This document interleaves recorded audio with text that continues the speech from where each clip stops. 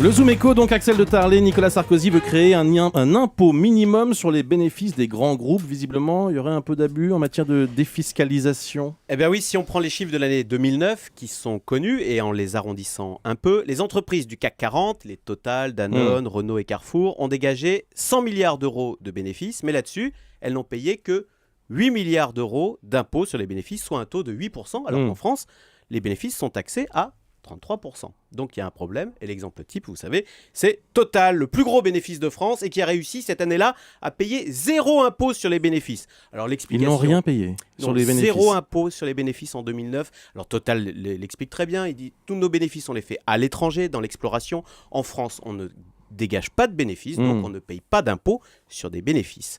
Alors certes, mais enfin tout de même, on peut se demander si derrière ce cas, il n'y a pas un système, parce que quand même, toujours si on prend cette année 2009, un quart des entreprises du CAC 40, un quart n'a pas payé d'impôt sur les bénéfices. Et on sait très bien qu'il existe des techniques pour payer moins d'impôts. Exemple, vous créez une filiale en Suisse et vous vous arrangez pour y faire apparaître tous les bénéfices en Suisse et 0 en France. On peut se demander concrètement, par exemple, pourquoi Carrefour et d'autres, ils ne sont pas les seuls, ont installé leur centrale d'achat en Suisse. D'où cette idée, donc pour éviter ces abus, de créer un impôt minimum sur le bénéfice mondial des grands groupes, impôt qui rapporterait... Ah oui, alors combien on a une idée du chiffrage? Nicolas Sarkozy a parlé hier de 2 à 3 milliards d'euros par an, donc c'est à rapporter avec les 8 milliards d'euros d'impôts sur les bénéfices que payent aujourd'hui les groupes du CAC 40. François Hollande, c'est une bonne idée de taxer plus ces entreprises qui ne payent pas les impôts sur leurs bénéfices. C'eût été une meilleure idée de le faire dès 2007. Ouais. Et je n'ai cessé de demander au gouvernement et au président de la République de faire en sorte que ce ne soient pas les petites et moyennes entreprises qui payent le taux d'impôt sur les sociétés à 33, alors que les grandes, par des mécanismes qui ont été évoqués ici, le bénéfice mondial, mais surtout les niches fiscales, et notamment une qui a défrayé la chronique qu'on appelle la niche Copé, mais il y en a bien d'autres, bien, ces grandes entreprises ont un taux effectif d'impôt sur les sociétés qui ne dépasse pas 10%.